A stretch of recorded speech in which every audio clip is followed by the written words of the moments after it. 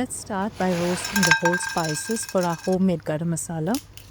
The complete list of ingredients used over here will be left in the description box below. Gently roast them for 2 to 3 minutes until they turn aromatic. You'll find it's ready when your kitchen starts smelling amazing.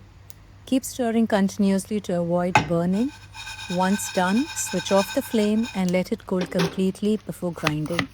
This masala base is what gives a chicken ghee roast its deep, bold flavor.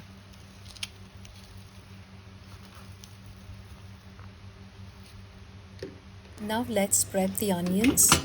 I'm going to slice the onions very fine. We're going to deep fry these until golden and crisp. This adds a lovely crunch and sweetness to our dish. If you're short on time, you can absolutely use store-bought fried onions. They work just fine.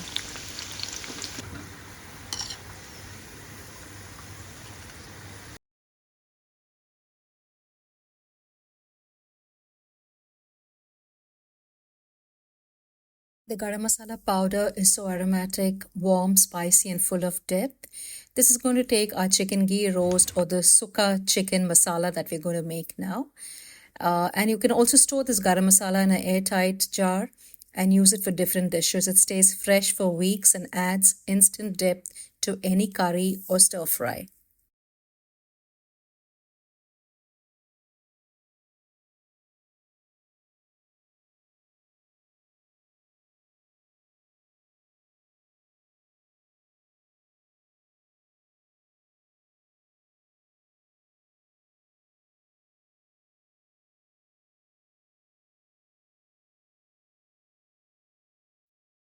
Now for the chicken marination, I prefer using bone-in chicken for this recipe.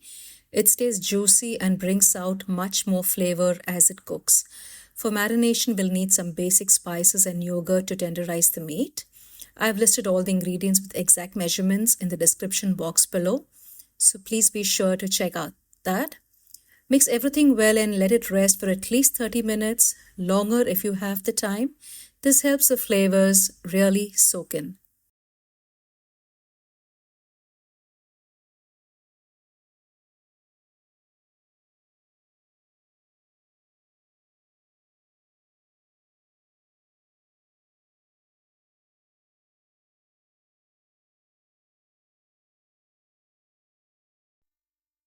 If we talk about Chukka masala, it's typically Mangalorean, dry in texture with a bold, spicy masala that clings to the meat. Kerala style chicken roast, on the other hand, may look similar but has its own twist with more whole spices, curry leaves, and sometimes a touch of coconut oil or fried shallots. Both are slow roasted, full of flavor, and absolutely delicious, just rooted in different regional traditions.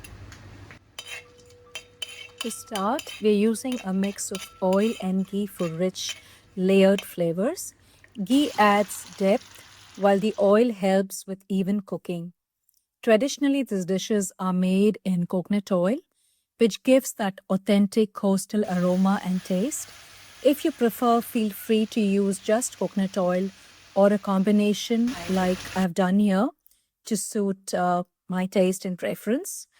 In traditional Kerala homes, this roast is made only using coconut oil for that signature Nardan flavor, as we call it. You can use either or blend them like I have done today for a balance of richness and authenticity. Okay, now why do we add tomato in a chicken roast? Basically, it gives a mild acidity that balances the heat from chilies and the richness of the ghee or coconut oil. It prevents the dish from becoming overwhelmingly spicy or heavy. And especially when it is combined with Kashmiri chili powder, tomatoes deepen the reddish brown hue of the roast while also making it very visually appetizing. It also adds enough moisture to keep the dish from drying out during roasting while still preserving its semi-dry consistency. Now you're adding the fresh curry leaves and the golden fried onions. These bring out that signature Kerala aroma and gives the roast a deep caramelized flavor.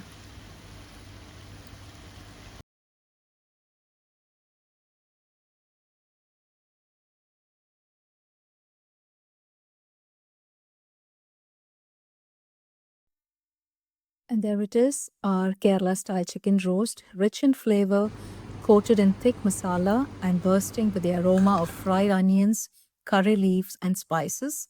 Serve it hot with Kerala parota, rice. I will show you now how to make the ghee rice. So please continue to watch.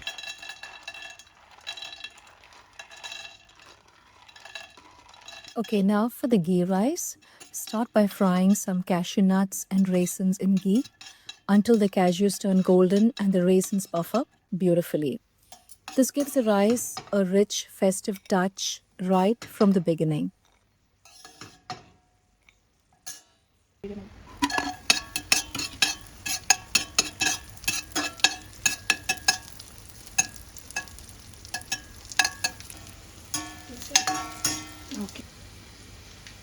With the leftover ghee, you can also add a little more oil.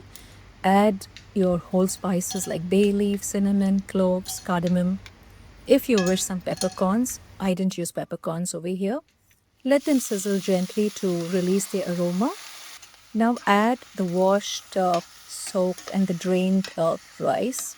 Basically, I have soaked the rice for about 30 minutes or so. You can use short grained rice. Traditionally over here, they use the jeera gashala rice or the samba kaima rice, which is basically short grain, or even basmati works great. Whatever you have, gently mix the rice so that it gets coated in the ghee.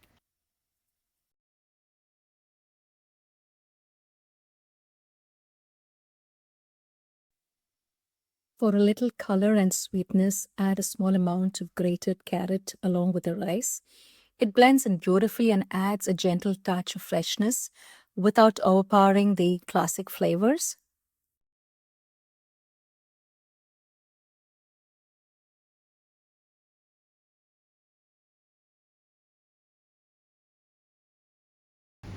Flavorful chicken ghee roast paired with soft Kerala parota.